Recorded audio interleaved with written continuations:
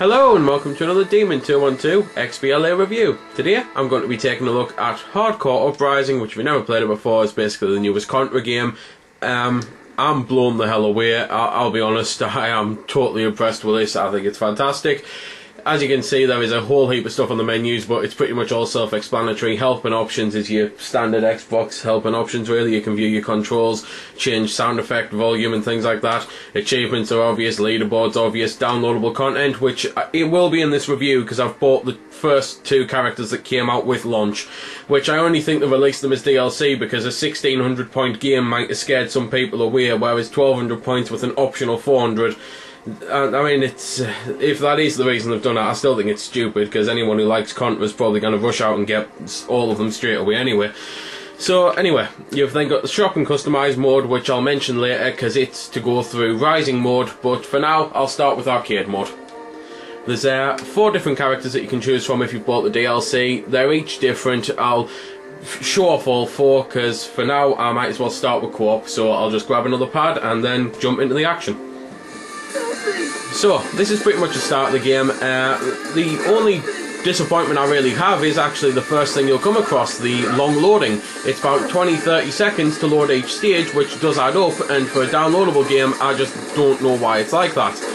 But I'll start with some of the differences to regular Contra games. I'll start firstly by saying I've never played the original Hardcore, so I don't know how much of this is from the original Hardcore.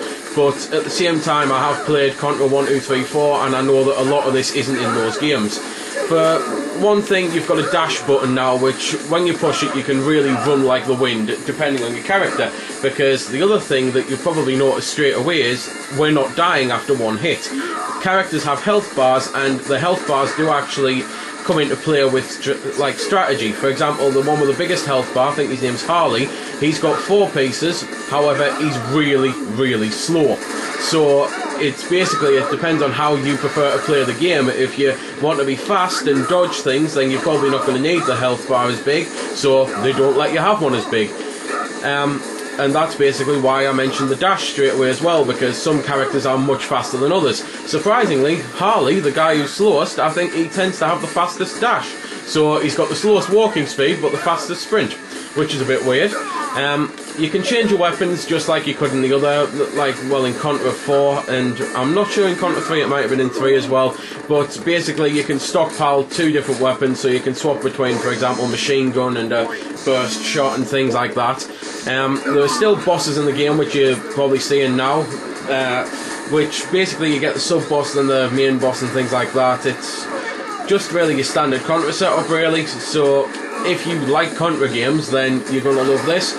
But this is just one mode. This is the arcade mode. The best mode, as far as I'm concerned, is the Rising mode. So I'll just cut into that now.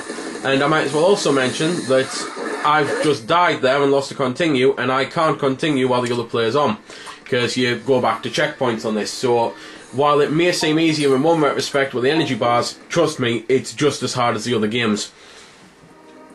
So this is basically the big thing with the Rising mode. It's the customization in the game, because Rising mode's a bit like an RPG. You can spend credits that you earn to unlock things to increase, for example, the machine gun upgrade, so whenever you get that, it won't be pathetic, it'll be level 2, etc. And you can get new actions, so you can bullet dodge and things like that. You can increase your health gauge. So basically, arcade mode's there for the rock hard solidness, and Rising mode's there for the collectionist and the, well, longevity, really, because there's a lot more to do to unlock everything. So you can play as a bit of a badass as well. It's a different experience. So let's just start with the 2 DLC characters then.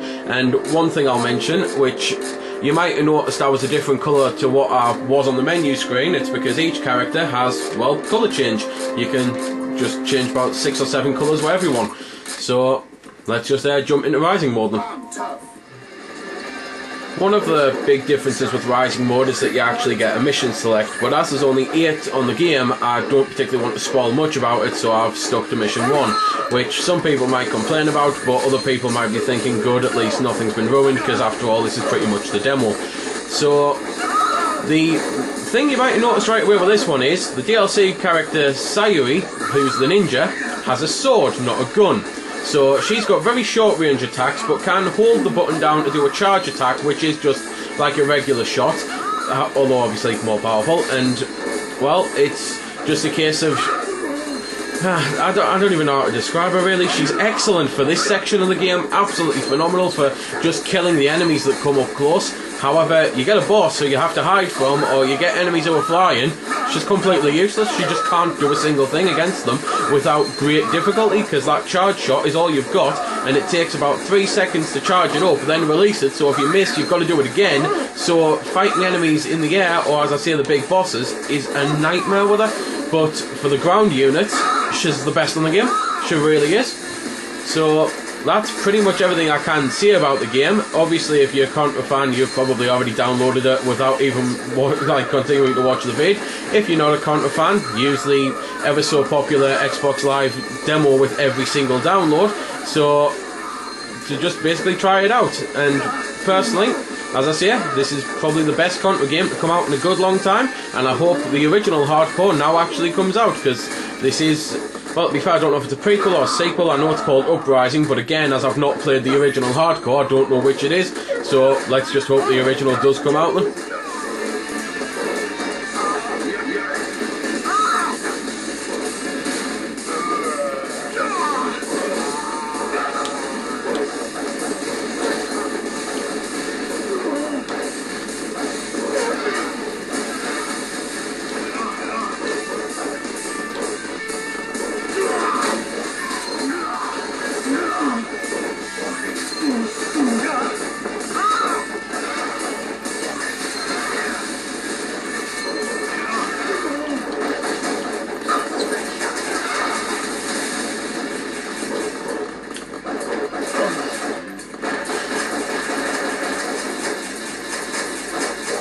So that was a bit of music. I forgot to mention I was going into it, and the only reason I'm speaking now is because on thinking about it, calling her useless is probably the wrong thing. This Sayuri bird, thinking about it, she's actually more of an expert character, because she absolutely decimates bosses when she can hit them, and it's just harder to get to them, and therefore it's just, I suppose she's there to make the game even harder for those who don't find it hard enough already. So there we go then, that's been the review. I hope you've enjoyed it, or at least found it helpful. You might have noticed I didn't score the game. Well, that's because it's a matter of personal opinion, and yours may very well differ from my own. I'm just here to show you a bit about the game. If you like it or not, well, that's up to you. If you don't like it, or you do like it, feel free to comment. Also, if I haven't answered any of your questions that you may have had, I might have forgot something, or it might just be something obscure. Again, feel free to comment, ask, always willing to help out. Otherwise, if you don't like commenting on YouTube, head over to www.vc-forums.com, where you can chat with me and a bunch of other lads who love the VC, the WiiWare, and hell, even a lot of other systems. We cater to pretty much everything. You can just go there, have a chat about a game, ask about some games, etc. So until next time, this has been Demon212, signing off.